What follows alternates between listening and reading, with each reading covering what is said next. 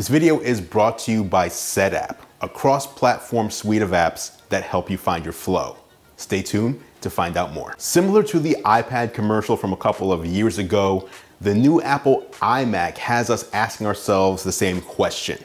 What's a computer? Obviously, with the iPad, the point was that Apple's tablet form factor had gotten so good and so dialed in that many people could replace the laptop or desktop computers they were used to with an iPad. With the new iMac, it's not that it reminds me of an iPad, although that side profile might make you think otherwise, but it's that it's been such a long time since we've seen something genuinely delightful in a new way when it comes to computers, and that's what the iMac is. The colorful designs feel fresh and lively in a way that most other computers, including the rest of Apple's Mac lineup, don't. And I know what a lot of tech diehards will say. These colors don't matter, just talk about the specs. Why is there a chin? And as is normal when people are in an echo chamber, it gets really easy to miss the point. If you're asking those questions, then this isn't the iMac for you, but it's definitely the iMac for most.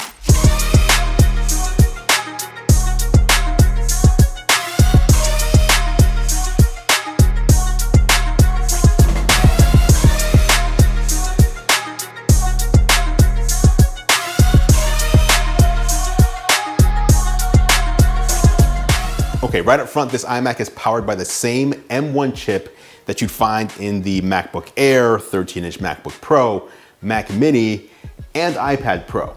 As it pertains to the Mac hardware, since it's the same chip, you're basically gonna see the same performance as we did in those other machines. The iMac is more about the form factor around the M1 and less about the new processor capability. So, since M1 Macs have been shipping for about 6 months now, I won't rehash that part. If you're interested in learning more about the M1 and its performance, check out my MacBook Pro review video, which I will leave in the description below. And also be sure to hit the subscribe button so you don't miss any future videos. Now, let's get to why I call this the iMac for most. One area where this might be the most apparent is the new colorful design. Something we see on the PC gamer side of computing are several options to make your case look unique with colors and LED lighting. On the Mac desktop side of things, we haven't had choices like that in over a decade and a half.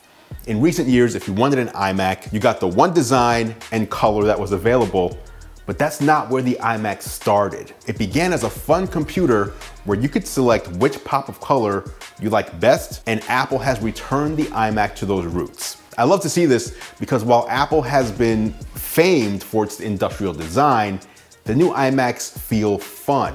They have a lighter personality. It's a personal computer that you can make personal, choosing from one of 7 colors. It's interesting that when you see someone say they bought one of the new iMacs on social media, almost without fail, the first response is someone asking what color they got if it wasn't stated. Now, Apple sent over this orange model, which is my personal favorite, but seeing them all together at the Apple Store, I feel like it's hard to go wrong with any of them. Well, except maybe plain silver, because where's the fun in that? You get the bright, bold color on the back and a lighter, almost pastel-like shade on the front and on the stand, along with the off-white bezel around the new 24-inch 4.5K display. Now, my personal opinion is that I wish that same bright color was matched on the chin below the display, and if they wanted to keep it two-tone, that the light color was left for the stand and the color match accessories. But again, that's just a personal preference.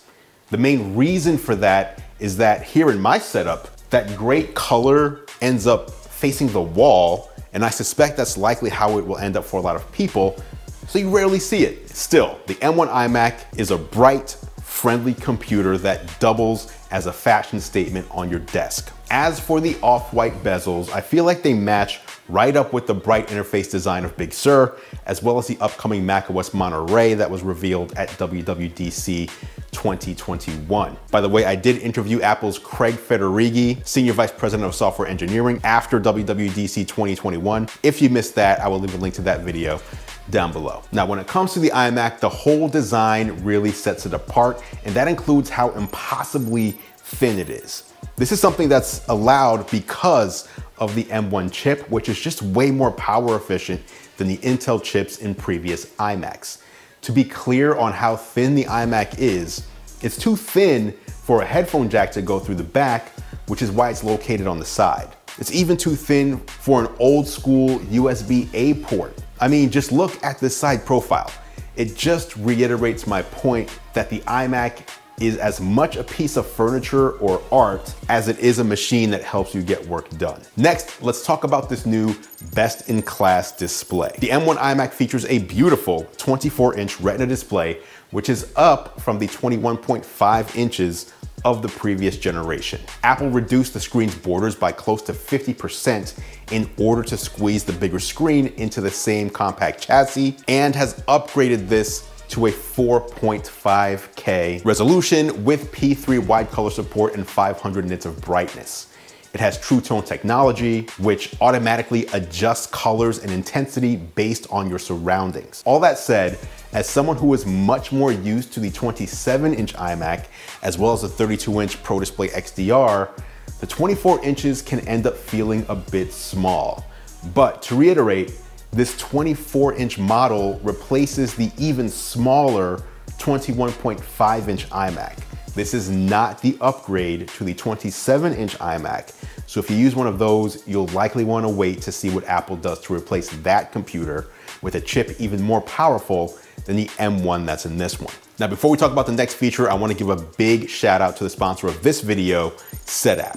If you use a Mac, you need to know about Setapp. Now, I've been using Setapp for a couple of years now on my Mac, and it's a fantastic service that when it started gave you access to about 60 apps for a monthly fee. Fast forward to today, and Setapp now has over 200 apps that are a part of the service, which is insane, but even better, they've also recently started adding iOS apps to Setapp as well for the same $9.99 monthly fee. That gives you access to apps like iStat Menus, which lets you monitor just about every vital statistic on your Mac, and also one of my favorite apps for keeping everything running smoothly, Clean My Mac X. This one keeps your Mac fast, frees up disk space, and keeps you protected from spyware and malware. But the point of Setapp isn't just to give you a bunch of random apps. The right tool for just about any task you're doing on your Mac can be found in Setapp's collection. If you're a Mac and iOS user, Setapp is a game changer, giving you all the best apps and tools to keep you productive and help you find your flow. You can get a 7-day free trial by visiting setapp.com or by visiting the link down in the description below. Once again, big thank you to Setapp for sponsoring this video. Okay, up next, let's talk about the new updated FaceTime camera. This is a very welcome change, especially when paired with the upgraded speakers and microphones. Now, Apple says it's the best camera, mic, and speaker system that have ever appeared in any Mac, and after using it, I believe it. The 6-speaker sound system is easily on par with a good external speaker, with strong percussion and bass, and even support for spatial audio with videos with Dolby Atmos, and also in Apple Music. Another nice touch are the color matched accessories. So here with my orange iMac, I have the keyboard, Magic Mouse, and Magic Trackpad. Since this is the mid-range model, it also includes Touch ID on the keyboard, which is a great addition. Not only can you log in with Touch ID, but you can also make payments with Apple Pay and automatically log into websites. Even cooler, if you have multiple accounts on the iMac, all someone else needs to do is place their finger on the Touch ID button and press it, and they'll be logged into their account right away. The included lightning and power cables are also color matched, and speaking of that, the external power brick definitely contributes to the thinness of the device. Keeping the Ethernet port on the brick also means you have one less cable running from the iMac itself, if you're the kind of person that likes to plug in. Also, you've probably already seen this part, but the power cord plugs into the back of the iMac using a strong magnet. So if you're thinking of picking up one of the new M1 iMacs, the question becomes, which one should you get? I'd say leave the base model to schools, reception desks, senior centers, and light users. If that's you, then you'll likely be happy with it as long as you're good with just 2 Thunderbolt 3 ports and don't need Touch ID or the Ethernet port. If you need either of those, you can pay extra to get them on the base model. Everyone else start at least at the mid-range. Next, I recommend getting the 16GB RAM upgrade. The M1 currently works great with 8GB, but 16GB will give you way more headroom going forward, and your iMac will last longer without feeling sluggish since you have double the RAM in it. You can't upgrade this yourself later, so you'll want to choose wisely when you place your order. You can also get more storage in your iMac. Choose wisely there too, because that can't be upgraded later either, although you can just as easily use external storage if you want. All in all, I really like the M1 iMac. I love it as a throwback to when computers were fun, and here's hoping that we see this become a trend. Sure, give people the space gray or silver option just to be safe, but for those of us who want to be a little more bold, give us that option. This iMac deserves to be seen, almost as a centerpiece rather than tucked away in a corner. Now, let me know what you think of the new iMac. Did you pick one up? Do you like the colors? Or are you waiting to see what Apple has up its sleeve for the pro level of Apple Silicon? Sound off in the comments below, and I will meet you there for further discussion. Thanks for watching as always, guys. Don't forget to subscribe so you don't miss any future videos. I'm Andrew Edwards, and I'll catch you in the next video.